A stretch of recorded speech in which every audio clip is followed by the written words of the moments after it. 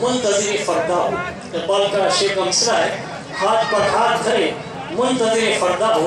مجھے اس کے چاند سے یاد آئے، کہتا ہے کہ کبھی ہے نوجوان مسلم تدبر بھی کیا تو نے، کبھی ہے نوجوان مسلم تدبر بھی کیا تو نے، وہ کیا گردوں ہے تو جس کا ایک ٹوٹا ہوا تارا، تجھے اس قوم نے پالا ہے آغوش محبت میں، کچل ڈالا تھا جس نے پاؤں میں تاج سرے ڈالا.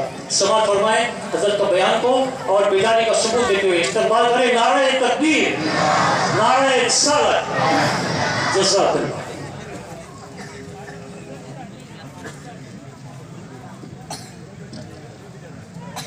الحمدللہ رب العالمین والصلاة والسلام على سید المرسلین. قال اللہ تعالی فی القرآن المجید ان اللہ وملائکتہ یصلون علی النبی یا ایہا الذین آمنوا صلوا علیہ وسلموا تسلیما. اللہم صل علی محمد وعلی آلہ وصحابہ واولادہ وازواجہ وذریاتہ واہل بیتہ واصحابہ وانصارہ واشیائہ ومحبہ وامتہ وعلینا معہم اجمعین یا ارحم الراحمین.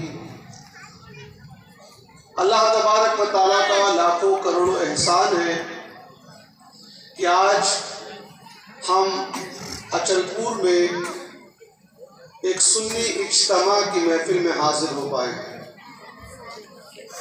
ایسے بہت سے افراد رہے ہوں گے جو یہاں آنا چاہتے تھے لیکن کسی وجہ سے نہ آ پائے ہوں گے. ہم نے ارادہ کیا، اللہ تعالیٰ نے اس ارادے کو قبول فرمایا اور اپنا فضل کرم فرمایا اور ہم یہاں حاضر ہو پائے. میں انتظامیہ کو بالخصوص سادات اچل پور کو مبارکباد دینا چاہوں گا کہ انہوں نے اس عظیم محفل کا انعقاد کیا. اور میرا عنوان ہے، اگر عام زبان میں بتاؤں، ہاتھ پر ہاتھ دھرے منتظر فردا ہو. یہ فردا اردو زبان میں کل کے لیے بھی کہتے ہیں اور میٹافورکلی اس کو قیامت کے لیے بھی استعمال کیا جاتا ہے مجاز کے طور پر. یہ اہم موضوع ہے، لیکن ہم اس کی ابتدا کرنے سے پہلے یہ بتائیں کہ اللہ تبارک و تعالیٰ نے قرآن مجید میں فرمایا ہے کہ اللہ تعالیٰ کو جو دین محبوب ہے، جو پسندیدہ دین ہے، وہ اسلام ہے. ان الدین عند اللہ الاسلام. اللہ تبارک و تعالیٰ نے حضرت آدم علیہ السلام سے لے کر خاتم النبیین امام الانبیاء محمد مصطفیٰ رسول اللہ صلی اللہ علیہ وآلہ وسلم کو اس دنیا میں بھیجا تاکہ اللہ کے دین کی طرف بلانے والے، دعوت دینے والے ہر زمانے میں زمین کے ہر خطے میں بھیجے گئے. اور اللہ کے رسول علیہ السلام نے فرمایا العلماء ورثۃ الانبیاء، رواہ بخاری. انبیاء کے وارث جو ہے وہ علماء ہیں، لہٰذا قیامت تک یہ علماء آتے رہیں گے اور حق کی طرف دعوت دیتے رہیں گے. بخاری شریف کتاب الفتن میں اللہ کے رسول صلی اللہ علیہ وآلہ وسلم نے فرمایا قیامت کے عنقریب اللہ تعالیٰ علم کو اٹھا لے گا، اور علم کو یوں اٹھائے گا کہ اہل علم یعنی علماء کو ایک ایک کر کے اس دنیا سے اٹھا لے گا. اور اس کے بعد جاہل جہلا ہوں گے جو اپنی رائے کو دین بنا کر پیش کریں گے. آج ہم کو یہ دیکھنے کو مل رہا ہے، لوگ انٹرنیٹ پہ جا کر گوگلنگ کر کر انگریزی میں، ہندی میں تفسیر اور حدیث شریف کا ترجمہ پڑھ کر اہل علم پر فتویٰ لگا رہے ہیں. یہ امت کی طرف ایک پریشانی ہے. دوسری پریشانی یہ ہے، ابھی کورونا کی وبا گئی، 51 اسلامک ملک، لیکن ایک بھی اسلامک ملک نے کورونا کے ٹیکے کا ایجاد نہیں کیا. ہم انگلینڈ، رشیا، امریکہ، ان تمام ممالک کے سائنسداں نے، محققین نے جس ٹیکے کا ایجاد کیا وہ 51 اسلامک ملکوں نے اس کا استعمال کیا۔ تصویر کا ایک اور رخ، 51 اسلامک ملک ہیں، ان 51 اسلامک ملکوں نے مل کر نوبل پرائز اتنا نہیں حاصل کیا جتنا ایک تنہا اسرائیل نے حاصل کیا۔ آخر کیا بات ہے؟ کہاں چوک ہو رہی ہے؟ اور کیا ہماری یہ حالت ہمیشہ تھی؟ اسی پر غور اور فکر کرنے کے لیے کہ آج امت کی یہ حالت کیسی ہے، اس کو کیسے دور کیا جائے، اور کیا ہم ماضی میں بھی ایسے ہی تھے، اس لیے اس محفل کو بلایا گیا ہے۔ ایک بار درود شریف پڑھ لیتے ہیں۔ اللہم صلی اللہ سیدنا جزا اللہ عنا سیدنا محمد صلی اللہ علیہ وسلم صلاۃ و سلام علیک یا رسول اللہ۔ جو لوگ یہاں آئے ہیں ان کے لیے خوشخبری جس حدیث شریف میں دی گئی ہے میں اس کو بیان کرنا چاہتا ہوں، اور اپنی اکثر تقریروں کی ابتدا میں اس حدیث شریف کو بیان کرتا ہوں جس کو امام مسلم نے اپنی صحیح میں کتاب الذکر میں نقل فرمایا۔ اللہ تبارک و تعالیٰ فرشتوں سے ارشاد فرماتا ہے، اے فرشتوں زمین سے کیا خبر لے کر آئے ہیں؟ فرشتے عرض کرتے ہیں، یا اللہ تبارک و تعالیٰ ہم نے دیکھا زمین پر تیرے بندے ذکر کی محفل میں بیٹھے ہوئے ہیں۔ اللہ تعالیٰ فرماتا ہے وہ مجھ سے کیا چاہتے ہیں؟ فرشتے عرض کرتے ہیں، یا اللہ جل جلالہ و من امالہ وہ تجھ سے جہنم کی پناہ چاہتے ہیں۔ اللہ تعالیٰ فرماتا ہے کیا انہوں نے جہنم کو دیکھا ہے؟ فرشتے عرض کرتے نہیں۔ اللہ تعالیٰ فرماتا ہے فرشتوں تم گواہ رہو میں نے ان سب پر جہنم کو حرام کر دیا۔ اللہ تعالیٰ فرماتا ہے اور کیا خبر لے کر آئے؟ فرشتے عرض کرتے ہیں اللہ تبارک و تعالیٰ وہ تجھ سے جنت کی طلب کرتے ہیں، جنت چاہتے ہیں، جنت مانگتے ہیں۔ اللہ تعالیٰ فرماتا ہے کہ انہوں نے جنت کو دیکھا ہے؟ فرشتے عرض کرتے ہیں نہیں۔ اللہ تعالیٰ فرماتا ہے فرشتوں تم گواہ رہو میں نے ان سب پر جنت کو حلال کر دیا۔ اب فرشتے عرض کرتے ہیں اللہ تبارک و تعالیٰ اس ذکر کی محفل کے بغل سے ایک شخص کا گزر ہو رہا تھا جس کا مقصد وہاں بیٹھ کر ذکر کرنا یا ذکر سننا نہ تھا، وہ یوں ہی گزر رہا تھا، بھیڑ دیکھ کر وہ بیٹھ گیا کہ کیا بات ہے اتنے لوگ یہاں اکٹھا ہوئے۔ تو فرشتوں کو یہ عرض کرنے کا مقصد یہ تھا کہ یا اللہ تعالیٰ جو لوگ ذکر کر رہے ہیں اور جو لوگ ذکر سن رہے ہیں ان کو تو جنت عطا ہو گئی، لیکن جس کا مقصد یوں ہی بھیڑ میں بیٹھنا تھا اس کے متعلق کیا حکم ہے؟ اللہ تعالیٰ فرماتا ہے فرشتوں اس محفل کی برکت سے میں نے اس کے گناہ بھی معاف کیے۔ سبحان اللہ سبحان اللہ۔ تو یہ ذکر کی محفل کی برکت ہے، جو لوگ یہاں آئے ہیں ذکر کرنے ذکر سننے ان سب کے لیے مبارکباد اور خوشخبری ہے۔ اب ایک سوال ہے، اس حدیث شریف کے ساتھ ہی سوال کی ابتدا ہے کہ ہم سب کا عقیدہ ہے کہ اللہ تعالیٰ عالم الغیب ہے، علیم ہے، خبیر ہے، سب کچھ جاننے والا ہے، یہ ہمارا عقیدہ ہے۔ ہم جب کہتے ہیں آمنت باللہ کما ہوا باسمائہ و صفاتہ وقبلت جمیع احکامہ، ہم اللہ کے تمام نام پر صفات پر یقین اور ایمان لاتے ہیں، تو اللہ تعالیٰ علیم ہے، خبیر ہے، سب کچھ جاننے والا ہے۔ اب کسی غیر نے آپ سے سوال کیا کہ جب اللہ تعالیٰ آل نوئنگ ہے، اومنیشینٹ، سب کچھ جانتا ہے وہ، تو وہ سوال کیوں کر رہا ہے؟ فرشتوں کیا خبر لے کر آئے؟ سبحان۔ اب اگر آپ نے ایک لمحے کے لیے یہ سوچا معاذ اللہ کہ اللہ تعالیٰ کو اس کا علم نہ تھا تو آپ نے کفر کیا اور اسلام سے باہر چلے گئے۔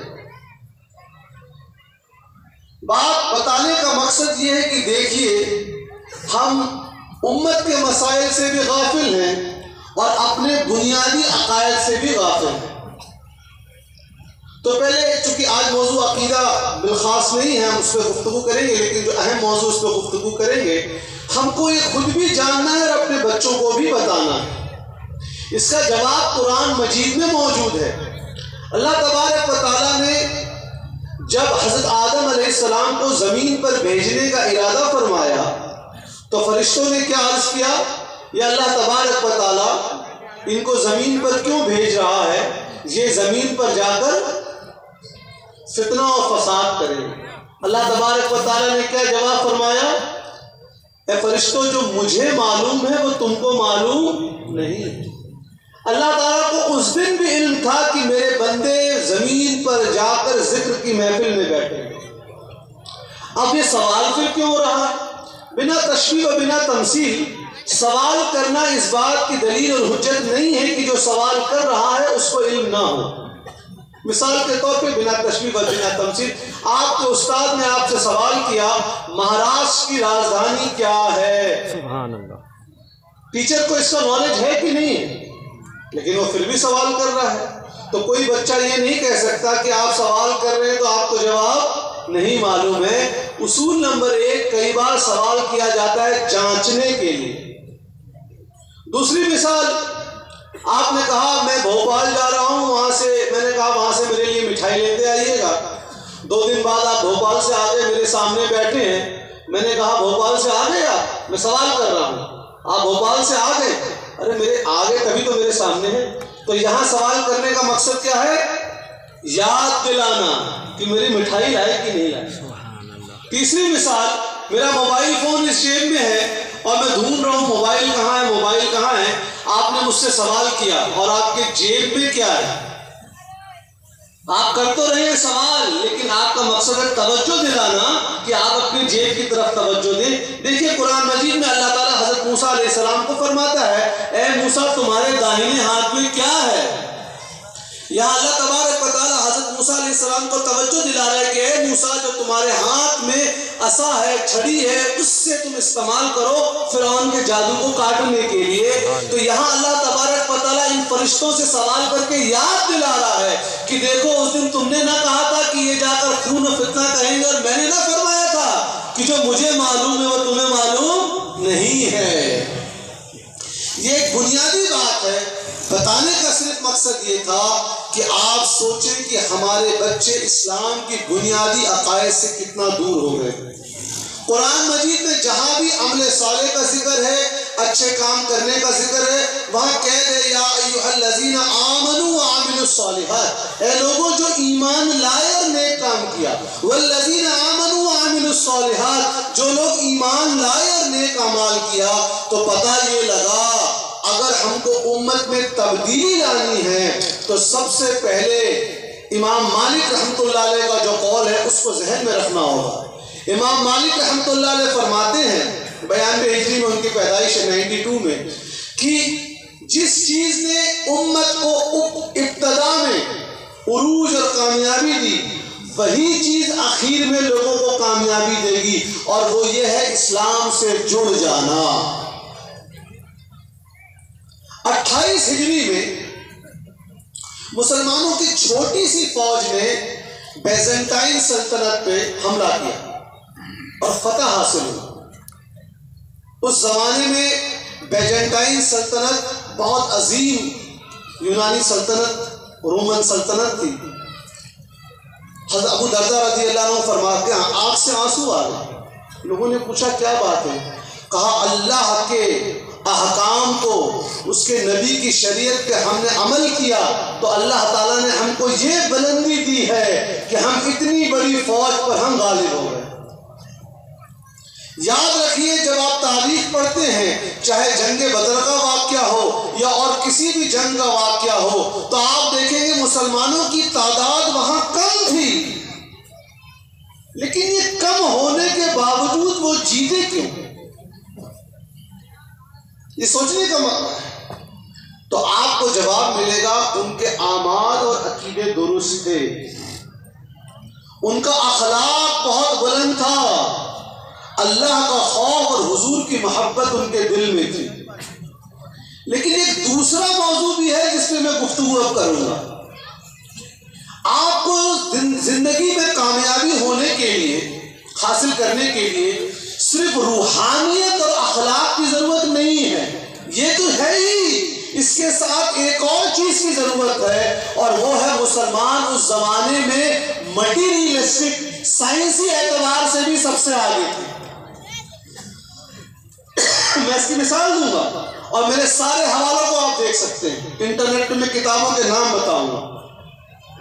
مسلمان جب تک اس دنیا میں نفع دیتا رہا، لوگوں کو کچھ نہ کچھ دیتا رہا، پوری دنیا مسلمانوں کو اپنا پیشوا مانتی رہی۔ میں مثال دوں گا، جو مولانا نے چشمہ لگایا ہے، this spectacle was invented by a Muslim scientist called Ibn Haytham۔ ابن حیتم نام کے ایک مسلم سائنسدان نے اس چشمے کا ایجاد کیا۔ آپ کے اور ہمارے جسم میں جو خون دوڑتا ہے، blood circulation, it was discovered by a Muslim scientist called ابن نفیس۔ دنیا کا سب سے پہلا میپ، نقشہ، مانچتر ایک مسلمان نے بنایا تھا۔ لفظ کیمسٹری عربی لفظ الکیمیا سے بنا، انگلش لفظ شوگر عربی لفظ شکر سے بنا، اور بہت سے کانسٹیلیشن بروج میں نام نہیں جاؤں گا کیونکہ میرا موضوع وہ نہیں ہے۔ جب تک مسلمان دنیا کو کچھ نہ کچھ فکر دیتا رہا، دنیا والے اسلام مسلمانوں کی عزت کرتے رہے۔ مسلمانوں نے اسپین میں 711 سے لے کر 1492 تک حکومت کی، 711 سے لے کر 1492 تک۔ وہاں پر ٹماٹر، گیہوں، کھیتی کے طریقے، سچائی، پینڈولم کی گھڑی، یہ تمام غیر مسلم کتابوں میں لکھا ہے کہ ان سب کو ایجاد کرنے والے مسلمان تھے۔ اور یوروپ میں ایک شرط بنائی گئی تھی کہ وہی شخص میڈیکل کا پروفیسر بن سکتا ہے جس کو عربی زبان آتی ہو۔ عیسائیوں نے یہ اصول رکھا تھا کہ وہی شخص میڈیکل کا پروفیسر بن سکتا ہے جس کو عربی زبان آتی ہو، کیونکہ طب کی تمام کتابیں عربی زبان میں لکھی گئی تھی۔ لیکن ایک کہاوت ہے، your glorious past does not guarantee a brighter future۔ آپ کا ماضی کتنا بھی روشن کیوں نہ ہو، وہ اس بات کی دلیل نہیں ہے کہ آپ کی مستقبل بھی روشن ہوگا، کیونکہ اللہ تعالیٰ نے ایک نظام بنایا ہے اس دنیا میں، اس نظام پر جو رہے گا وہ کامیاب ہوگا۔ کیا ہم اس نظام پر ہیں؟ آئیے ہم دیکھتے ہیں۔ حضرت عمر رضی اللہ عنہ اپنے غلام کے ساتھ بیت المقدس کا سفر کر رہے ہیں، فلسطین کا، اور لمبا سفر تھا۔ اصول یہ ہوا کہ کچھ دیر حضرت عمر اونٹ پر بیٹھیں گے اور کچھ دیر ان کا غلام، باری باری سے، کیونکہ سفر لمبا تھا۔ اب اتفاق سے جب فلسطین میں داخل ہو رہے ہیں تو غلام کی باری تھی۔ غلام بیٹھا ہوا ہے اونٹ پر، سیدنا عمر رضی اللہ عنہ اونٹ کا رکاب پکڑ کر جب داخل ہوئے تو لوگوں نے سوچا، عیسائیوں نے، کہ ارے ہمارے یہاں جیسا ہوتا ہے کہ جو بادشاہ، جو مالک ہوتا ہے وہ اونٹ پر بیٹھتا ہے اور غلام، نوکر، خادم نیچے چلتا ہے، تو ہونا ہو عمر وہ ہیں جو اونٹ پر بیٹھے ہیں۔ جب پتہ لگا کہ عمر وہ نہیں، نیچے ہے، تو دنگ رہ گئے، کیا اسلام کی اس تعلیم کو ہم عمل میں لائے ہیں؟ اللہ تبارک و تعالیٰ قرآن مجید میں فرماتا ہے، ان اکرمکم عند اللہ اتقاکم، تم میں سے اللہ کے سب سے مقرب وہ ہے جس کے دل میں سب سے زیادہ خوف خدا ہے۔ کیا ہم نے اسلام کی اس تعلیم پر عمل کیا ہے؟ نہیں، ہمیں تکبر آ گیا ہے۔ کسی کو اپنے خوبصورتی کا تکبر، حسن و جمال، ہم گورے ہیں، ہماری آنکھ نیلی ہے۔ کسی کو تکبر اپنے دولت کا کہ ہم کروڑپتی ارب پتی ہیں، کسی کو تکبر اپنے علم کا، کسی کو تکبر اپنی طاقت کا، نوجوان بچے یوں ہاتھ تان کر چلتے ہیں، کسی کو تکبر اپنے حسب و نسب کا۔ اسلام کی وہ کون سی تعلیمات تھی جس کے بنا پر عرب کے وہ لوگ جو آدھا پیٹ کھاتے تھے، جو گرم ریت پر چلتے تھے، لیکن ایمان کا جذبہ تو تھا، ساتھ ہی میں تحقیق کا جذبہ تھا، وہ تحقیق کی جستجو ہمارے اندر سے جاتی رہی۔ ہم جو ذلیل اور رسوا ہو رہے ہیں تو اخلاقی زوال ہوا ہے، علمی زوال ہوا ہے، سائنس کے اعتبار سے ہمارا زوال ہوا ہے۔ جب ساؤتھ انڈیا میں سلطان ٹیپو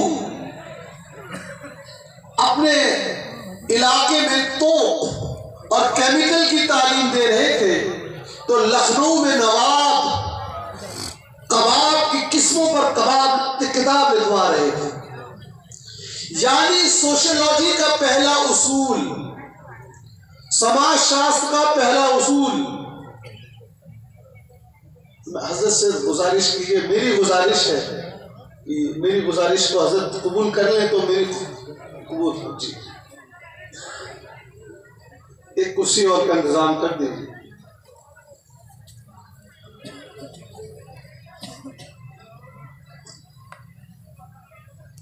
وہ کرسی آ گئی ہے. نہیں حضرت، مجھے خوشی ہوگی کہ میں دو سادات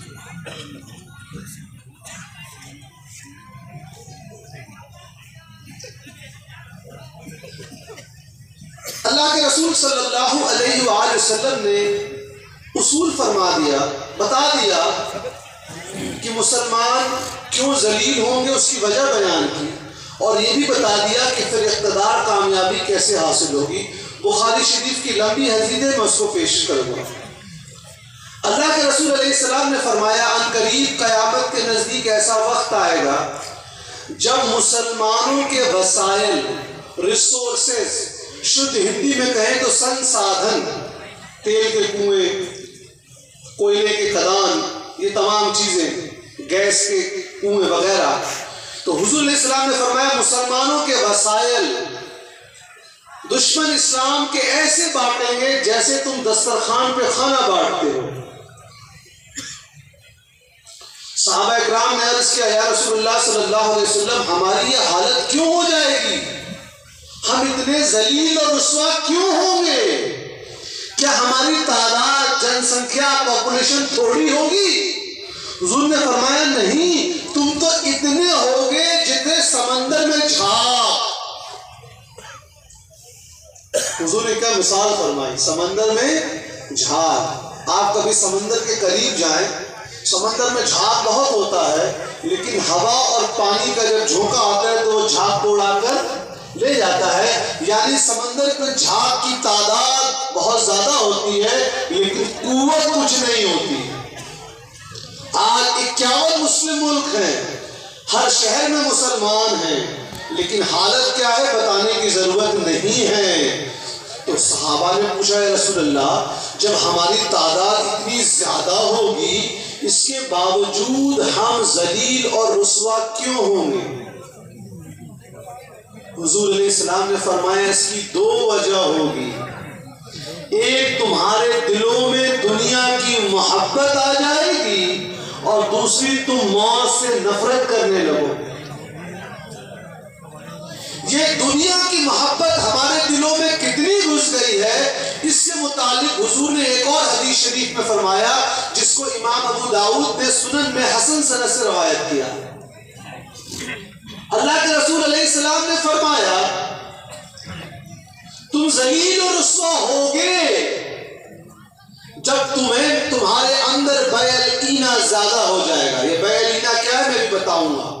اور جب تم گایوں کے پونچھ کو پکڑ کر کھیتی پہ بہت زیادہ توجہ دو گے تو تم ذلیل اور رسوا ہو جاؤ گے. اور جب تک کہ تم اس کو چھوڑ کر واپس اسلام کی طرف نہیں آؤ گے تم کو اللہ تعالیٰ کی طرف سے عزت نہ دی جائے گی. تو حضور نے دو چیزوں کے بارے میں فرمایا. بیعلینا میں جب تم مبتلا ہو جاؤ گے، لفظ علینا کیا ہے؟ جو لوگ اکنامکس کے اسٹوڈنٹ ہیں، جو اسلامک بینکنگ اور فائنانس پڑھتے ہیں وہ معلوم ہے. بیعلینا جس کا حناف نے ناجائز فرمایا، حنابلہ نے ناجائز کیا، مالکیوں نے ناجائز کیا، شوافع نے مکروہ کہا، وہ بھی مختصر ان کا بھی کہا سے پرہیز کرو. یہ ربا سے بچنے کا ایک طریقہ لوگ سوچتے ہیں دراصل ربا ہے. بیعلینا کیا سمجھ لیجیے، آپ میرے پاس آئے، آپ کو 500 روپے کی ضرورت ہے، آپ کے پاس کچھ نہیں ہے. میں نے کہا یہ لیجیے موبائل فون میں آپ کو بیچ رہا ہوں 600 روپے میں. آپ نے لے لیا اور کہا میں اس 600 روپے 1 مہینے بعد دوں گا. میں نے کہا ٹھیک ہے. آپ نے اسی محفل اسی نشست میں یہ موبائل فون جو میرا تھا جو آپ خرید چکے ہیں مجھے واپس بیچا اور کہا یہ آپ خرید لیجئے 500 روپے میں. آپ کو کتنا چاہیے تھا؟ 600 روپے. آپ کے پاس کچھ نہیں تھا. میں نے کہا میرا موبائل لے لیجئے 600 روپے میں. میں نے آپ کو 600 روپے میں بیچ دیا. آپ نے کہا میں 600 روپے آپ کو 1 مہینے بعد دوں گا. آپ نے اسی نشست میں مجھے یہ موبائل واپس بھیج دیا. کہا میں آپ کو 500 روپے میں بیچ رہا ہوں. میں نے آپ سے لے لیا 500 روپے میں اور اب آپ مجھے اور میں نے آپ کو 500 روپے دے دیے. اب آپ مجھے واپس کتنا کریں گے 1 مہینے بعد؟ 600. تو دراصل یہ 500 پہ 100 روپے کی ربا ہے، لیکن آپ اس ربا کو نام دے رہے ہیں البیع الینا. حضور نے فرمایا جب یہ امت میں عام ہو جائے گا تم ذلیل اور رسوا ہو. آج ہم پڑھاتے ہیں، میں بچوں کو اسلامک بینکنگ اور فائنانس میں پڑھاتا ہوں، پڑھاتے ہیں بچوں کو. آج یہ ہو رہا ہے کہ نہیں؟ آج چلے جائیے آپ اس ملک میں یا کہیں بھی لوگ زنا میں مبتلا ہیں، لوگ ربا میں مبتلا ہیں. اور یاد رکھیے پورے حدیث شریف کے ذخیرے کو آپ پڑھیں گے تو اللہ تعالیٰ نے فرمایا کہ اللہ کا اعلان جنگ کا 2 لوگوں کے خلاف ہے. صرف 2 لوگوں کے خلاف حدیث شریف میں جنگ کا اعلان ہوا ہے. ایک وہ جو لوگ ربا میں مبتلا ہوتے ہیں اور دوسرا وہ لوگ جو اللہ کے ولیوں سے بغض اور بیع رکھتے ہیں. حضور نے فرمایا، دوسرا فرمایا جب تم گایوں کے پونچھ کے پیچھے ہوگے.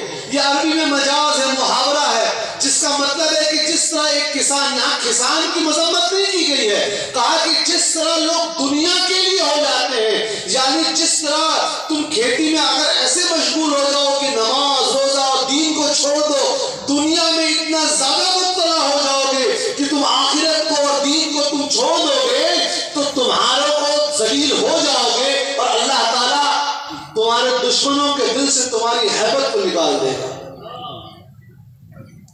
آخر کیا بات ہے کہ وہ روب تھا. وہی 2 پاؤں پر وہ لوگ بھی چلتے تھے جن کو دیکھ کر غیر مسلم جو ہے شرما رش کرتے.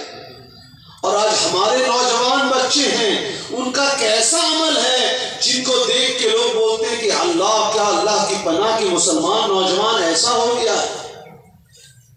تو ہم کس چیز کے انتظار میں ہیں؟ کل کے انتظار میں ہیں کہ قیامت کے انتظار میں ہیں؟ ہم ہاتھ پر ہاتھ دھرے کس چیز کا انتظار کر رہے ہیں؟ کہ سیدنا امام مہدی کے آنے کی ہمیں منتظر ہیں یا سیدنا عیسیٰ بن مریم علیہ السلام کے آنے کے منتظر ہیں؟ یاد رکھیے قیامت کی نشانیوں کا ذکر ہے، لیکن موت کب آئے گی اس کا کوئی ذکر نہیں ہے. کسی بھی شخص کی موت کبھی بھی آ سکتی ہے. حضور نے فرما دیا جب تم موت سے نفرت کرو گے تو تم ذلیل اور رسوا ہوگے. امام ابو داؤد حدیث نقل فرماتے ہیں حضور علیہ السلام نے فرمایا جب امت میں زنا عام ہو جائے گا تو تم پر ایسی بیماریاں آئیں گی جس کا نہ تم نے نہ تمہارے بزرگوں نے کبھی سنا ہوگا. بتانے کی ضرورت نہیں ہے، سب یہاں بالغ عاقل بیٹھے ہیں. اس کے آ جانے سے کتنی برائی آئی ہے اس کو بتانے کا یہ موقع نہیں. حضور نے فرما دیا تھا. پھر فرمایا کہ جب تم کتاب اللہ کو چھوڑ کر کسی اور کے مطابق فیصلہ کرو گے. اور یہاں پر ایک حدیث شریف میرے ذہن میں آئی جس کو امام بخاری نے تاریخ الکبیر میں نقل فرمایا. حضور نے فرمایا قیامت کے قریب لوگوں کو اپنے شریعت کی گانٹھ کو یوں کر کے کھولیں گے کہ ایک عورت ناپاکی کی حالت میں نماز پڑھے گی، یعنی اس کو شریعت کا لحاظ نہ ہوگا، لوگ اپنی مرضی سے شریعت بنا لیں گے. آج ہو رہا ہے کہ نہیں ہو رہا ہے؟ علماء بتا رہے ہیں کہ یہ کرو، ہمارے لوگ اپنے مرضی سے فتویٰ لے کر آ رہے ہیں. حضور نے فرما دیا تھا جب تم آپس میں لڑو گے تو تمہارے اوپر ایسے حکمراں مسلط کر دیے جائیں گے جو تم پر ظلم اور ستم کریں گے. آپ دیکھ لیجئے آج پوری دنیا میں کیا ہے. پوری دنیا میں، صرف ہندوستان کے مسائل کو نہیں پیش کر رہا۔ سعودی عرب میں، یمن میں پچھلے 7 سال سے جنگ چل رہی ہے۔ آخر امت میں تبدیلی کیسے آئی ہے؟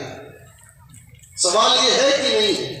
ہم مالی طور پر، سکچر کمیٹی رپورٹ کیا کہتی ہے؟ ہندوستان کے مسلمان علمی طور پر، معاشی طور پر سب سے پچھڑے ہیں۔